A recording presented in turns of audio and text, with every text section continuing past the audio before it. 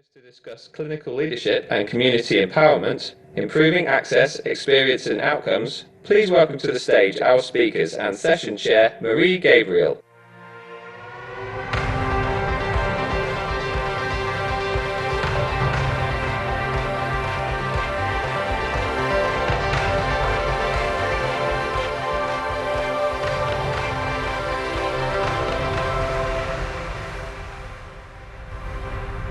Where are they all? Good afternoon, everyone. Hello. You know I'm going to pick on the ones in the back because I can't see you properly, just when we come to questions and answers. But welcome to making sure in the right session, the session that's about clinical leadership for community empowerment. My name is Marie Gabriel. I'm chair of NHS North East London ICB, of the NHS Race and Health Observatory. I'm also a board member of the UK Health Security Agency with a focus on equalities and communities. Today we are, come on Jagtar and Habib. This is a really important topic, and I have been a non-executive director chairing NHS for over 20 years. And one of the, thank you, Jack. And one of the key truths that I've learned is that to be a really excellent organisation, system, programme, initiative, you must be resident-driven, clinically led and management-enabled. And I've been fortunate to see a plethora of clinical leadership in action. Just currently, I can talk about the Race and Health Observatory. I think about our maternity work, and the working group that work on that is clinically led, but also with Jackie Dunkley-Brent, Professor Jackie Dunkley-Brent, I'm sure needs no introduction, but also 5 times more, which is a community organisation that you may have seen yesterday. And that group has led work that's making national policy and practice changes, and which will lead to better outcomes for Black, Asian and minority ethnic women. The second piece I want to talk about is one of my GPs, Jagan John, in North East London. And he has led an initiative at Place, although he's got a London role in social prescribing, at Place he has organised these drop-ins, or pop-ups as he calls them, all around the borough in non-traditional places where he's got partners from the voluntary sector, from health, from social care, all coming together to provide services and to reach out to targeted communities who we underserve. The first pop-up had 7,500 people attending, wow, which is incredible. And quite a few people weren't even registered with a GP. But this is an amazing way in which we can work together in a partnership to lead to improvement. And I've got a really stellar panel today who are going to give some live examples. And then we're going to have a question and answer where, of course, you can ask lots of questions. But I know that in this room there'll be a lot of experience and a lot of examples to share too. So I hope you do that too. So starting off, I've got Andy here. Andy Knox, he's Dr. Andy Knox, and he is the Associate Medical Director at, practicing this, Cumbria and Lancashire and South Cumbria. I knew I'd get it wrong. But he's got brilliant work. He's going to tell us a bit about the context. I've got Professor Dame Donna Kinnear, who needs no introduction, but she's currently the chair of the Runnymede Trust, and she's also on the board of East London Foundation Trust, the Royal Free, and of course the Race and Health Observatory. So welcome, Donna. Another person that doesn't need any introduction, Professor Bola Olawabi, who is the National Director for Health Inequalities Improvement. Brilliant. And at the end, we have Owen, who everybody will know, is the Chief Exec, Owen Williams, who's the Chief Exec of the Northern Care Alliance. So without further ado, I'm going to hand over to Andy to tell us a bit about the context. Great. Thank you so much, and thanks for coming. Great to be here. These chairs are hilarious. I'm really short-legged. I'm like a hobbit, and I can't actually touch the floor. It's a really disconcerting experience. There we are. That feels a bit better. I'm now grounded. Okay, so I really want us to get to the question of why inequity exists, right? So I'm just going to try and set a framework for us, which I hope shapes the rest of the conversation for the afternoon. So Simon Sinek talks a lot about we have to get to why. Sometimes we talk about the what and the how of what we want to do to tackle inequity, but if we don't understand the why it's existing so profoundly in our society, we're not going to change it. And there are 6 very brief topics I want to look at. Inequity in our society is economical, it is psychological, it is sociological, it is political, it is structural, and it is spiritual. Let me explain those.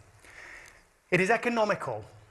Mariana Mazzucato, professor of economics at UCL, amazing thinker in the whole realm of economy, she says that society is a manifestation of our values and who or what we value. Where I work in Lancashire, kids growing up in the centre of Blackpool have a life expectancy 17 years less than kids growing up 5 or 6 miles up the coast in Lytham St Anne's. We value kids in central Blackpool less than we value kids in Lytham St Anne's. Black British women are dying 4 times more during pregnancy and childbirth than white British women. Let me put it to you that we value white British women in pregnancy more than we value black British women. Society is a manifestation of our values and who or what we value. We've got to look at our values and we've got to look at value. The second reason is psychological. So you and I, whether we liked it or not, as we've walked around this conference hall today, we've judged almost everyone we've seen. We've made assessments. We've thought about whether you're similar to me or different. I just bumped into myself in a mirror. I thought, what a smart-looking guy. I literally walked into the mirror. I thought, he looks just like me. Oh, it's me. But we make judgments about people all the time. Stigmatization exists deeply in our society. It is actually the machinery of inequality and inequity. So on a psychological level, we're judging people and we're different to one another. But then on a sociological level, we have to learn to look up. We have to understand why at a psychological level have we become so separate from one another, do we judge one another, and what are the organizations we exist within and the wider society that we exist in. There are some institutions in this country that have recently been called misogynistic and racist in terms of being institutions. They are institutionally and structurally racist. We have to expose that, we have to talk about it, and we have to reset the values at the heart of those organizations. But if you look up further and you think about some of the national messaging that goes on sometimes, some of the big stories that we hear, you have to understand why at certain times or after certain announcements or after certain debates, racist abuse massively increases in this country. We've got to talk about it. Inequity exists because of psychological and sociological realities. Inequity exists because of political realities around power. Because the centre cannot hold the power. Actually, power exists in and with our communities. It exists in our streets. But the problem is that we don't actually truly have very participatory society in which people feel empowered to make the changes within their own communities that they know can challenge and change the inequities they experience every day. And there is a difference between intrinsic and extrinsic power. Extrinsic power says, oh, look, you've got a problem, I'm going to come in and fix it for you. Intrinsic power says, I am held within a system of injustice, and from within here, I want to be able to work with you to challenge that, break down those structural injustices, and actually begin to build a fairer, kinder society. So structural inequality and inequity is a truth for us as well, and how we structure and build our towns, how we plan, how we design, that also holds us in inequity. And finally, inequity is spiritual. Let me explain what I mean. I was at a conference with the Joseph Rowntree Foundation not too long ago. 14 million people in this country are now living in poverty. This is really important to me as a medic. 4 million people are living in destitution, 1 million children in destitution in this country now. You don't think you see it? Let me take you by the hand. I'll walk you through the streets of Greater Manchester or parts of Lancashire where I live and work. There is unbelievable destitution and poverty in this country now, and we should be deeply uncomfortable about that truth. It is not okay. It speaks about our values and who or what we value. Every day with my kids, I've got 3 kids. I want them to know 3 core truths as human beings. I want to know that I love them unconditionally. I want them to know that I see them for who they are and I recognize them and value them as an individual, and that they are always welcome in my home. They belong. When I say that injustice and inequality and inequity is spiritual, we got a whole load of people in this country who do not know that they are loved unconditionally just for who they are, who are seen and valued no matter what the color of their skin or their background or their race or their religion. Because we have a divided society, and so they don't know that they're welcome here or they belong. And so they don't necessarily always feel that they've got a voice to speak up and challenge the injustice they experience and feel every day. People, we can make a change, but unless we understand the whys and the vast complexity and intersectionality of this issue, we're never really going to get to the depths of the issue that we're facing and recreate more beautiful foundations on which to build a kinder and fairer society.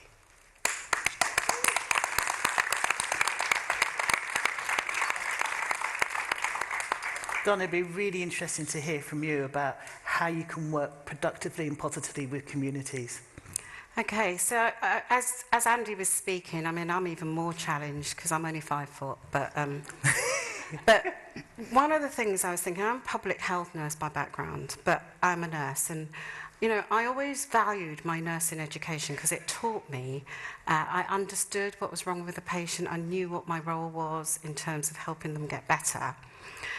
But one of the things that I learned after becoming a nurse is that if our intention is to create a healthy society, a healthy group of people, we need to recognise that as well as a well-trained professional workforce, people need to be engaged in their own health.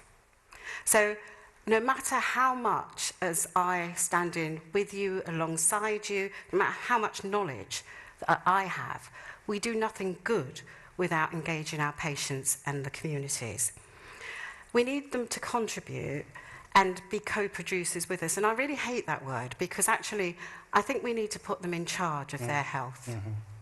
You know, even if we started again today, if I had a blank piece of paper, I would never create the health service the way it's been created today.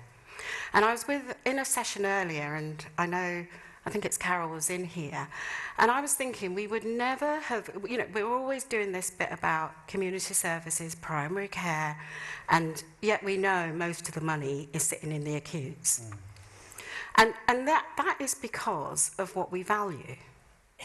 You know, we value the highly skilled professional that can tell us what to do to improve our health, as opposed to the communities that have got to improve their health. And if we put money on that side of the equation, I mean, I'm going to tell you, I'm not boasting, but I've been around 42 years as a nurse. Ooh. 42 years. And half of my leadership positions were about trying to move money into the community. And I can tell you, 42 years later, we still haven't managed it. We still haven't managed it. And it's not because the priorities that are going on in our acute sectors aren't important, but it is because we fail to recognise that if people are in charge of their own health, they can do far more. Yeah. Mm-hmm. You know, there is not a pill for loneliness, which is killing so many of our elderly people. There isn't. There's no pill. We can give you antidepressants. We don't even know how to get you off of them. You know, there are so many people walking around with these pills that are not about curing or making us healthier, but they help us manage the situations that we are in. So, and you know, it isn't until we as professionals become service users that we understand the gaps in our services. I can honestly tell you, as a nurse, when I broke my hip and I went into hospital, I prayed to God that I treated every orthopedic patient that I nursed the way that I wanted to be treated.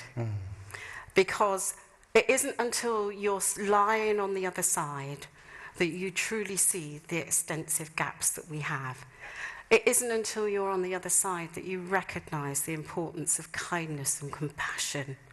You know, the way in which that you just physically cannot get up, and somebody has to help you get onto that bedpan. I mean, God knows how many people I helped get onto bedpans, but I hope I did it in a compassionate way.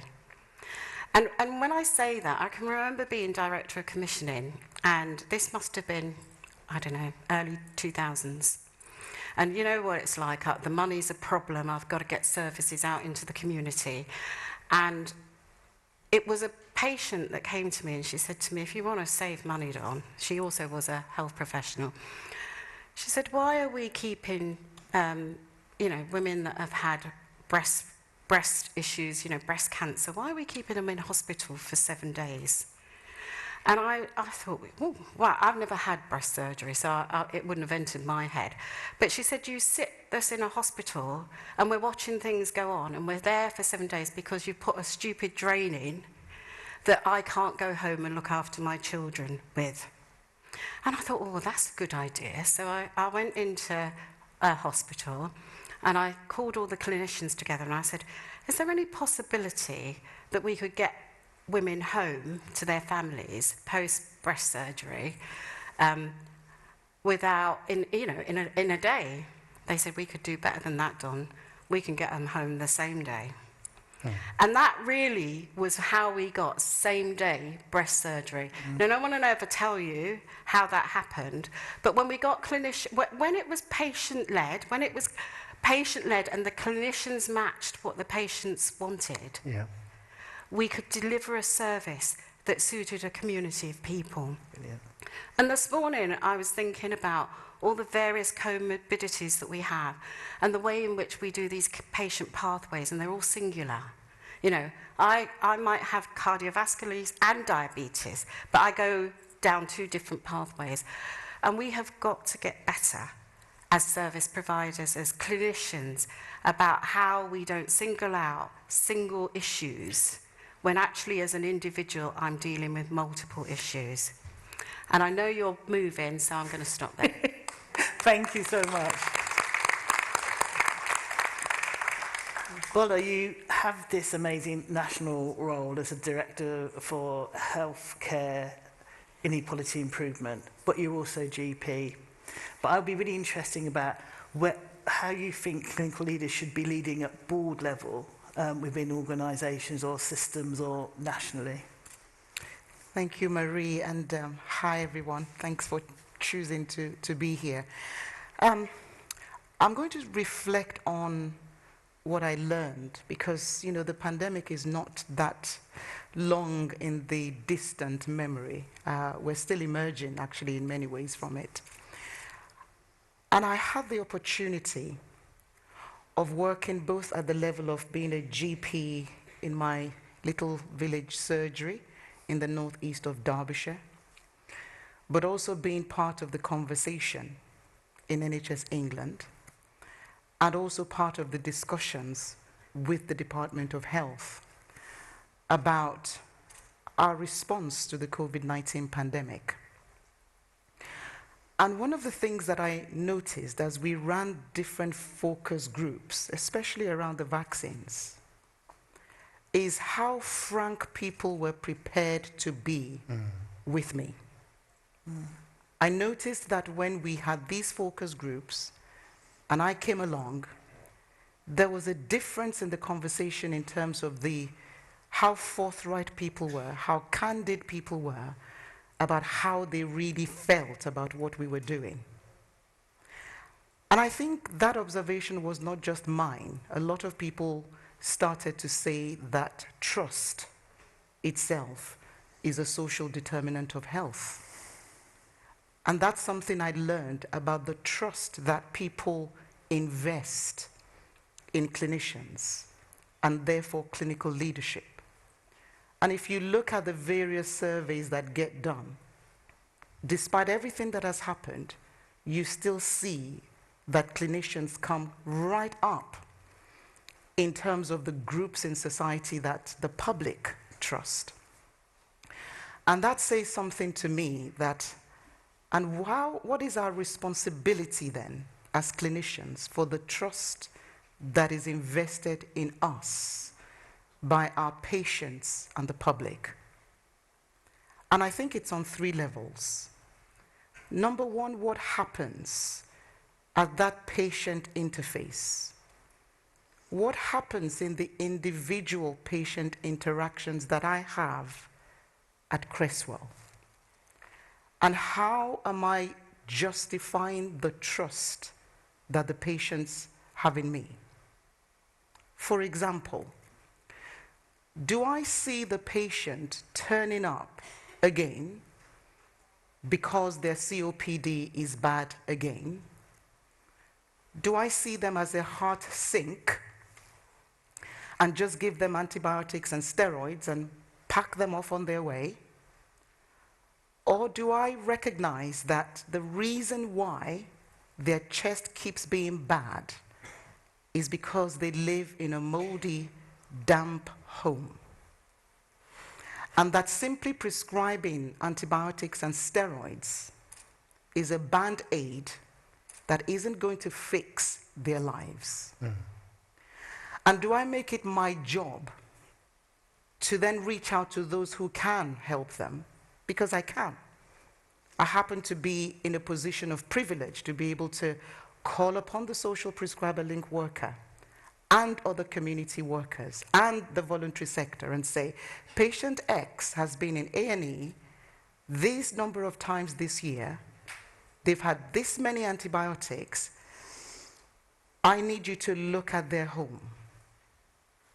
And that was the story of one of my patients. So it's not a hypothetical story. And I'm sure that I'm not the only GP in the land, like Andy, who can tell similar stories. It's about how we address the issue of health inequalities as clinicians, even at that patient level. Yeah. I often say to my GP registrars, if a patient keeps coming in and their blood pressure is still not controlled, rather than thinking, what is the fourth level of antihypertensive that I can add, pause and ask, could they afford those medications that you think they're taking because it's on their repeat prescription screen? Maybe they can't. And I know that because one of my patients told me he'd invested in a tablet cutter. He cuts his amlodipine in two because he doesn't want to lie to me because he trusts me. But he wants to prove that he's taking the medications, but he can't afford the whole. That's one level. The next level, as a professional, do we have the understanding of the population and the communities that we serve? Or do I just turn up, do the job, and go away again? Yeah. I think trust requires that we take the trouble to understand the particular needs of the communities in which we operate as clinicians. Do we know the reality of the children in the community that we're living in? Do we know the reality of the different groups of people? For example, I run a specialist women's health clinic. And people have often said, well, they can go to that hospital over there, and they can go to that hospital over there. But I know they can't just do that because the bus links don't work. And if I stop running those clinics and stop doing those gynae procedures, I confine the women in the 3 villages around where I work to that uncertainty of being able to access help. That's the next level. As professionals, have we invested in training ourselves to understand what are health inequalities and how do they manifest where I work? And then the next level is policy. Because trust means that by and large, we are trusted. Clinical voice is still trusted in the boardroom. And I think it's realizing that oftentimes the clinician is the conscience of the board. And so when decisions are being made, either in terms of our policy, our strategy, our resource allocation, what we choose to invest in or not, my question to us as clinical leaders is, do we carry the trust that the community has invested in us into that boardroom? Yeah. And be the conscience that is asking, what does this decision mean for the patients over there? What does it mean for the community over there? Because clinical leadership means not trying to win the popularity contest. Leading for health equity will never win you prizes for popularity, right? Because inevitably, you are the grit in the oyster. You're the one who is pointing out to the system that the decisions it's making, the policies it's making, the investments it's making or not, and as Andy said, what we value in terms of where we put our resources.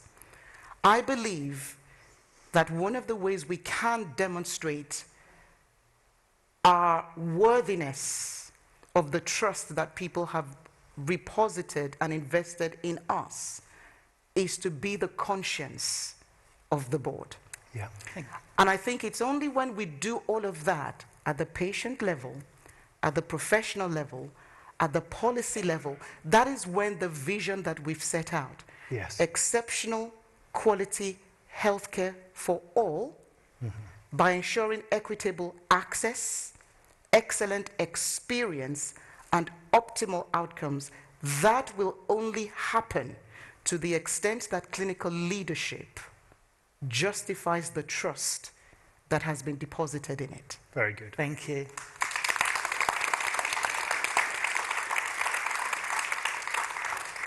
So, Owen, as a chief executive, we'd be really interested to hear about how you enable clinicians.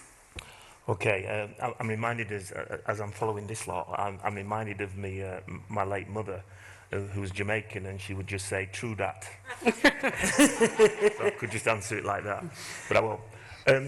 I think there's things, and I might have a slight difference towards the end of what Bola said, but I'll let you decide in terms of what I say. I would say to you that if you listen to Bola, I think she's kind of an unusual clinical colleague. Why do I say that? Is because if I meet 100 clinical colleagues, I'm not necessarily going to hear that narrative, okay? And I don't say that because I'm faulting others, I'm just saying that that's more reflective of society. And the reason that this auditorium is not full to brimming and people standing room only is because some people have made choices to be elsewhere. And I just mentioned that point because I think it is, certainly from a management perspective and the role that we play to try and influence to move from inequality to equity, there's a thing about understanding that it's not really about influencing those colleagues who are already in the room, already committed. It's as much about how do you create a pathway for those people who actually, it doesn't matter, not because they're not kind or they don't care, but it's not something that rocks their boat. And I just want to just talk about what I call sort of the three sort of phases I have, certainly I try to think about. So first of all, there's a phase about clinical engagement. As I say, if you've got somebody like Ebola, you're kind of already there. But what happens when you haven't got somebody like Ebola? You've got somebody who's kind of, what do I have to come into this room to listen to this for? Yeah? What do we do with that person? And people have heard me before talk about an acronym that I talk about, which is SURE, which is about see it, understand it, respond to it, evaluate it. And this is something, first of all, which I would call in that clinical engagement phase, that first phase, becomes really, really important. And that's working with colleagues to help them see this for themselves. The next phase I talk about from that clinical engagement piece is what I call moving to the clinical leadership point. And I absolutely agree with Bola when she talks about the influence that can be brought to bear within a boardroom and within senior leadership from the clinical voice. And by the way, when I use clinical, I mean multidisciplinary in its context. I don't just mean medics, because I think it's important that we talk about the broadest sense and not just in hospital centricity either. I'm talking about in its broadest sense. So clinical engagement is important, and the kind of movement, if you can facilitate it as a management influencer, if you can facilitate that into clinical leadership, then you're starting to be in the right direction. what I'm about to say, and this is where some people may or may not quite agree, is I think not just most NHS organisations, not just local authorities and public sector organisations, but quite a lot of voluntary community and social enterprise organisations, I think they're largely in the spectrum of clinical engagement to clinical leadership. Where I think they're not, and we are not, is in what I would call patient-led, or what I would call community-led, or service user-led. So just imagine those three things. You've got clinical engagement that you're trying to foster, which will hopefully start to develop clinical leadership. And I'm arguing and I'm positing that we spend the majority of our time in that area, but to move to that third strand, where it is truly patient-led, I believe that we have serious work to do, okay? And I'll just quote something to you, and I'll shut up because I'm going to keep to my 5 minutes. I'll just quote something for you. It's a paper that I still see as quite seminal, and bizarrely, it's written by lean process re-engineering guys, some people you might know. And it's a paper by Mark Baker, Ian Taylor, and Daniel Jones, and it was written in November 2010. And it's called the NHS Bermuda Triangle. And the simple paragraph just reads like this, a couple of paragraphs. What we have discovered is that healthcare staff hardly ever really look at value from the patient's perspective. When we said we wanted to map the patient's journey through the hospital, for example, we were told, oh yes, we do that. It's called a patient pathway. But when we looked closer at the patient pathway, we discovered it wasn't the patient's journey. It was the sum of clinical expert opinion of what should happen to the patient and not the patient experience. And the final little example it gives, it says, for example, patient pathways ignore the time the patient has to wait on an A&E trolley because during that time, no hospital staff is actually doing anything of value to the patient.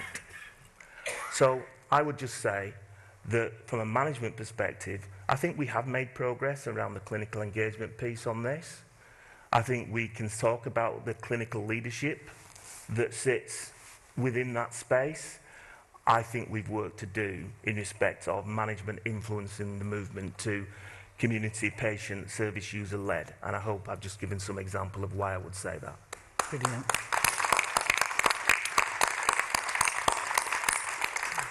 We've now got about 17 minutes where you can ask questions. So Jagtar's hand's got up, and there's a lady. Oh, how many mics we got? And a lady at the back who's waving her arms at me.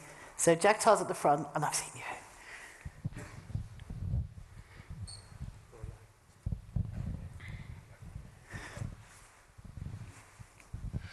So those that know me know my background was fire service, and we were coached into inequality was avoidable and preventable.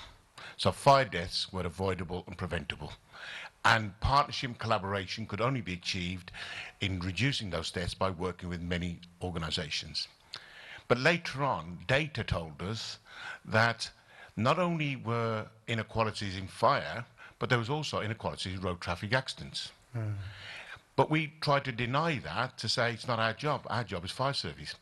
But the persistence of a statistician meant we started to work on that.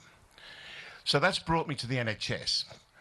And my definition of inequality, it's the data tells you it's avoidable and preventable. Now, if we all define our data in that way, so colleagues on the panel, you've got the option of answering this question in two ways. One, you're going to see the Minister for Health the day after they're appointed, and you're going to give them 3 inequalities you want them to deal with. Or you can talk about in your own organisation 3 inequalities that you're aware of that you're trying to reduce. Okay. I think that was more a sharing of experience. So, yeah. And there's a gentleman just here. Wave your hand for me. Yeah. Oh, okay. Hi, Hilary Pillin from the Association of Ambulance Chief Executives. Wanted to pick up on a point that Donna made and also follow on from what Bola and Owen have been saying. The point that Donna made about patients, and I think some of us have probably all been there, being funneled down a particular pathway. If you've got multiple conditions, you go here for one, here for another, and never the twain shall meet. And Bola, we know you are an exceptional clinician, but we don't want you to be the exception. And is it now time to, if it's not already happening, to reshape and reframe our training and education for our medical students and our clinicians overall, so that this becomes the norm in the way they perceive their patients and the way they look at them in terms of not just the person, but the context that they're living in? Thank you. So actually, I'm going to ask all my clinicians to answer that. Do you think it's time we need to actually change the way we train and develop our clinical leaders? Yes. There you Yes, yeah, we do, and I think we are.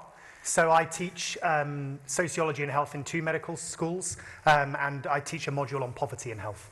And we work with the Poverty Truth Commission, and we bring people with really lived expertise and experience in poverty into the medical schools to work with students to begin to change and help people encounter difference. You see, and we've had really interesting experiences of that. So we often show the film I, Daniel Blake, and then we have a panel of people who've lived with experience of poverty, and then we have conversations with the students about how that's impacted them and what changes in them as a result. And then we do a whole another series off the back of it.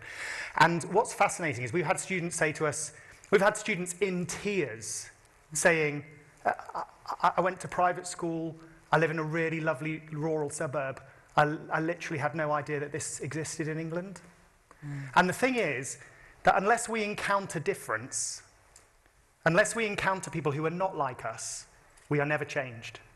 I was working with a guy, do you want me to stop?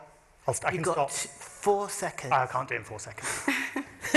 Thank you, darling. So I'm just going to say absolutely, but I also think we sometimes go full circle. So I remember a time when GPs did what you do, you know, and I know that when people looked at the conditions that you live in, it did happen in our society. And then we had this system where management said you got 5 minutes per patient. And then it became impossible for people to look at the things that they need to look at. So you were in, and before you sat down on the seat, you've got the GP writing a prescription because he hasn't got more than 5 minutes. And you think, well, I haven't told you anything. What are you doing? And that sometimes is what we've created as our society. I don't think medical students, nursing students, from whatever walk of life they come from, they need to understand that there's others and they need care. I think everybody comes into the profession wanting to deliver the best that they can. But sometimes the profession knocks it out of them. And to me, I think we've got this thing where we're accountable to managers. In my head, I'm accountable to my patient. And that empowers them to tell me what they need and want from me. And I think that there is something about reframing our education to help us understand that who pays the bill is our patients. It isn't the minister. So it's not about queuing up to see the minister. It's about doing the best for our patients. And they don't like it when you say that because everybody's got a stature and everyone's a big bloke. But actually the biggest bloke in front of me is my patient. And I think when we get back to that, we'll start giving accountability. We'll start being accountable to those we serve. Thank you. Completely agree. And short answer, yes. But we need to make it systematic and we need to make it systemic. Otherwise, it will be down to the individual, like Andy, others, and a particular place. And so I've had conversations with the General Medical Council, with the Academy of Medical Royal Colleges, to say we need it to be in the undergraduate curriculum, we need it to be part of our exams, We need it to be part of our postgraduate continuing professional development. It needs to be part of our appraisals and part of our objectives, but in a meaningful way. Because the danger is because it becomes another box on the curriculum that gets ticked, but doesn't actually fundamentally change people in the way that Andy was just describing. Professor Robina Shah here in Manchester runs the Doubleday Centre, which is a coalition of about 15 medical schools. And we've been working with them to actually really invest in something I learned in Denmark, whereby the medical students volunteer to be patient partners. So they go with the patients to their hospital appointments and are able to see the reality of that patient's home, how difficult it is to scrabble the bus fare together way before they reach the clinic appointment. So I think it needs to be both structural and systematic in the curriculum, but it needs to be experiential. Yeah. Otherwise, it's just head knowledge, and that doesn't actually transform people's lives. Thank you. I'm going to take the question from the gentleman just there. Yeah, Terry here from Kingston upon Thames Council and trustee of voluntary sector. Can you talk up a little bit, please? Sorry. Yeah. Terry G here from Kingston upon Thames Council and trustee for various VCSE organisations. I've been banging the drum for more collaborative participatory activity such as community-based COPD peer support networks and things like that. And despite everyone knowing it should be done, we really struggle to get people to actually fund it and make it happen. So my question really is, how do we encourage leaders to be brave and be bold and actually put their money in their mouth? Money in their mouth? They could do that if they want to. But yeah, just fund these activities that we know improve outcomes and give people place and purpose. Thank you. I'm going to come to you, Owen, to pick up that one. Yeah, I think the essential word in the question there is leaders and leadership, and what do we mean by that? And I think there's a thing about making sure we don't confuse that with people who have hierarchical positional power. That doesn't necessarily mean that they are leaders. So one of the first things I would talk about before you even get to the money conversation or how we talk about we could make more effective collaboration, I would be working on what's the leadership like and what's the leadership shortfall in terms of development. And I will be starting there to kind of help do that piece of work. Because usually if you've got a group of leaders in the room together, the kind of scenario that you described that you would want to see improved, generally you tend to find that a collaborative set of leaders who do understand the concept of leadership will make progress. If you've got a group of people who largely, as I say, have positional power but not necessarily leadership skills, that's probably why you're experiencing the Groundhog Day movement. I just also want to say that this over-reliance on clinicians can be a problem. So there are lots of organisations out there, and I certainly have worked with the Opera House recently around breath. And this whole thing that we have to medicalise everything and you've got to be a clinician to be doing this, communities that live with COPD truly understand what is needed to help them with COPD. Yep. And therefore, there is this wacky thing that means that you don't have a doctor and a nurse necessarily. You can have an expert patient lead it. It doesn't cost an awful lot. And actually, I've never done any transformational change in health without bringing patients in and putting them in the centre of the room so that they can tell us what it is we need to do. Yep. So if you want to transform it, get your patients, your people, not even patients, together so that they can help you. It's when you start talking about money and top-down stuff that it kills it dead, because then you need to have this and that to get that and this. Actually start with the people that need it, empower them, and they will change it for you. Can I just come up? So put your hands up if you've seen a diagram with a picture of the patients in the centre of it. Ooh, I think that's everybody's hands, more or less. Yeah, so what Donna describes intuitively, intellectually, and what we all see in our diagrams, that's what seems to be the cause. But the reality is different. And that's why I emphasize the leadership point, because until you start to get people who really understand and really do value that voice and don't see it as a tokenistic effort, you're going to see a continuation of us all seeing these diagrams in lovely documents, maybe in manifestos too. And now's the time, I think, where we need to think about what we need to do differently to make that middle bit real.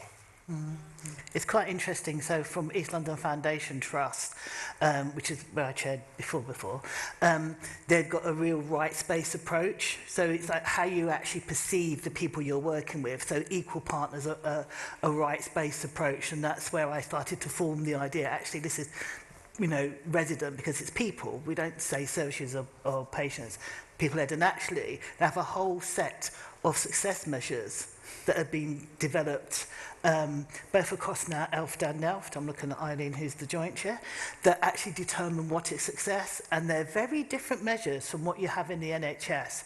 They're about kindness, actually. They're about access. There are lots about experience. And I think that's really important because you do start to see things differently. I saw somebody's hand. There you go. So if you're short and sweet, and there's a gentleman just behind that wants to ask a question as well. Thank you. Yeah. Thank you. Merrin Simpson from the Health Creation Alliance. We published a manifesto for whole system change recently, and one of the calls to action for integrated care systems was for board meetings to take place in community venues, you know, every meeting, and for each member of the board in the couple of months before to have gone on a walkabout with someone from that community before the meeting. So my question to the panel is, would you endorse, you know, or recommend to integrated care boards that they do that? I'm looking around for nods. And you know, so our board does go around to places, and we have a conversation at the beginning with the place, but actually the walkabout is a really good idea, so yeah, I'm going to steal that. Gentleman at the back there. So I'm Sam Prendergast. I'm in research and innovation at the Liverpool Trusts. We've heard a lot there that kind of touch around what I'm going to ask. I know Donna talked about accountability and Owen mentioned where we place value, but I think Bola brought it home with discussing those wider determinants of health. I think my question is, how do we overcome the siloed budgeting around those wider determinants in terms of outside the ICBs? You've got social housing, you've got transport, you've got all those other aspects of governmental funding that sit in separate pots, which the ICB can't touch, that all influence that health of the patient. How can we overcome that? I'm going to let Bola so both of you. I you have really to want be to come short. in on this. Yeah, and it's really you have short. to be short and sweet. But I think there is a determination to do what you want to do. And I think the whole thing about putting the people at the centre, if you really can do that. I remember I was charged with integrating health and social care in Southern, and I mean, it did take 10 years, so I'm not going to lie. But every single time that to push through it, I could have the patient's voice and that issue of accountability. And sometimes we had to make compromises, but there was something about clinicians respond to what their patient, they respond to the people that they're meant to serve. Social workers respond to the people they're meant to serve. And if you've got a cast iron case, people will try and move to it. I got so much fun doing right, but it was only when I demonstrated that they needed to be accountable to the people that they served. Yeah, Bola, because we were talking today about cross-government. Yes. I think it's a really important question. There are a number of things. This phrase gets overused. That's why I'm hesitant. System leadership. And it's not just saying the words, but actually understanding what it means. So if we are going to move health inequalities forward, it can't just be the healthcare system, i.e. the NHS. It's exactly what you've just said, that it's a whole range of other sectors and departments. And that's why, as leaders, we need to cultivate the ability to understand what matters to people in other sectors. Because if I go and just have a healthcare conversation with the chief executive of a local authority, I need to understand what is driving them, what are their pressures, what are their mandates, and translate what I'm trying to say in such a way that they can see that actually we're trying to achieve the same cause, but I understand the pebbles in their shoes and how it's different to mine. Because sometimes what happens is we get stuck in these conversations where I'm speaking the language of my sector. And I think the language of my sector somehow trumps every other sector. And people hear that, and so the barriers go up. So I think system leadership it's about our own internal culture. It's a sense of humility that I don't have all the answers. It's ability to translate and to be able to shape the conversation differently with each audience. So if I'm in a room with the chief executives of business corporations, there is a way to talk about health inequalities and the business case for it, the business imperative. Because that audience may not necessarily get the ethical imperative. I mean, they'll get it psychologically or intellectually. And therefore, I think the key is both the voice of the people, but the type of leadership that we're developing and cultivating. And I'm not sure that we're there yet, if I'm being completely honest. I think we all get it in our own individual organizations, but we struggle to straddle the boundaries, and that's the problem. Thank you. We are running out of time here, I'm really sorry. So I think we've heard some common themes. So it is about, people or resident driven, about being clinically led and management enabled. But it's about how that partnership of three is based in equity and a real respect and valuing for each other. You can't have one without the other.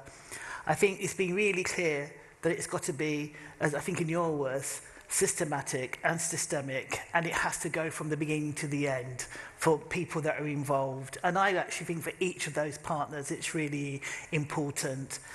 And it has to be wider than health. So it's clinical care professionals and wider than health if we're really going to tackle deep-rooted and preventable health inequalities. I'm going to ask my wonderful panel to sort of leave you with a word or a few words of wisdom, starting with you, Andy. So I've really listened into this conversation and thoroughly enjoyed this. So much wisdom from my other colleagues. And I think what we're seeing in the NHS right now is an incredibly overwhelmed workforce who actually do desperately care about their patients and communities, and we're seeing massive compassion fatigue and burnout. Okay? And what we've tried to do in response to that is to create space and time for clinical leaders to come away, have some time, protected time, to learn and think about how to think different and bigger and re-engage with and listen to their communities completely differently with real humility, and then together with them redesign services that actually make sense for the communities they're serving. And what the feedback has been from all the people we take through our programs in that way has been that they're rediscovering joy in their work. And the IHI say if we're going to have a sustainable health system in the future, the most important factor that they've studied all across the globe is joy in work, creating cultures of joy. If we can recreate cultures of joy and compassion back into the NHS, where we're able to love our patients and give them the time of day, really listen deeply to them, and then redesign services with them that actually make sense in the context of their lives, we can actually change society together. We just have to believe it, and we have to make the time to do it together. Thank you. I'm smiling because I said to my chair this morning, who's sitting there, it's so nice to see all my ELF colleagues attending this because they can take a breath. They can learn, they can lean in, they can see where the good practices are happening, and they can go and find out. And I think we've got a huge array of good people with good skills in health, and we just need to go and have a look and come back and help our own communities with some of the good stuff that's happening out there. So I think, our job is to facilitate and be accountable to our patients and people. But actually, we've got so much wisdom across the services that we serve or deliver that we need to learn from each other. Thank you. Paula? I'm going to paraphrase something Amanda Pritchard said in her keynote yesterday, and it's my spin on it. I think we can all live here today and choose to refuse to collude with despair. Yeah.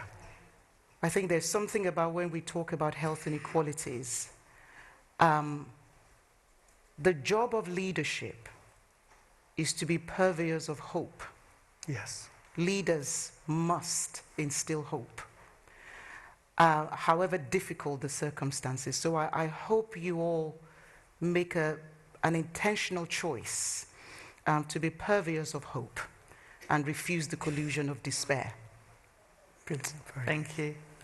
Did you write that in Amanda's script?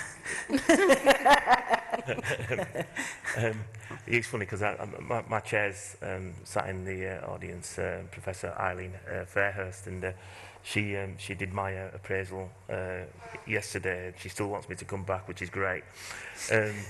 But there must have been, in a 2-hour conversation, we must have referenced the word equity umpteen times.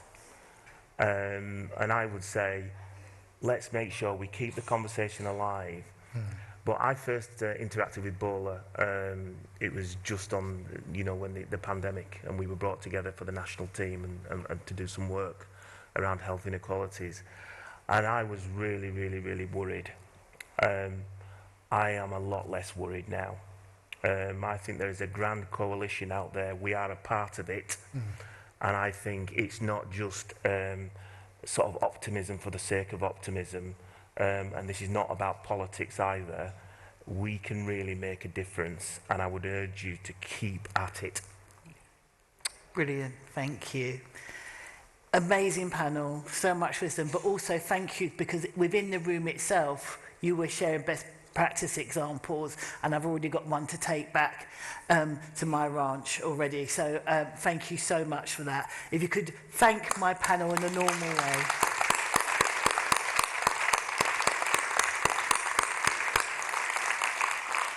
I truly hope you enjoy the rest of the conference. Do keep, one of the things that I do is I do little notes of myself, the top 3 things that I want to do differently when I get back. And so I want you to have health inequalities and leadership as your number 1. Okay, so I'm going to come around and call all of you and say, have you got it on your list? Brilliant. Thank you. Bye.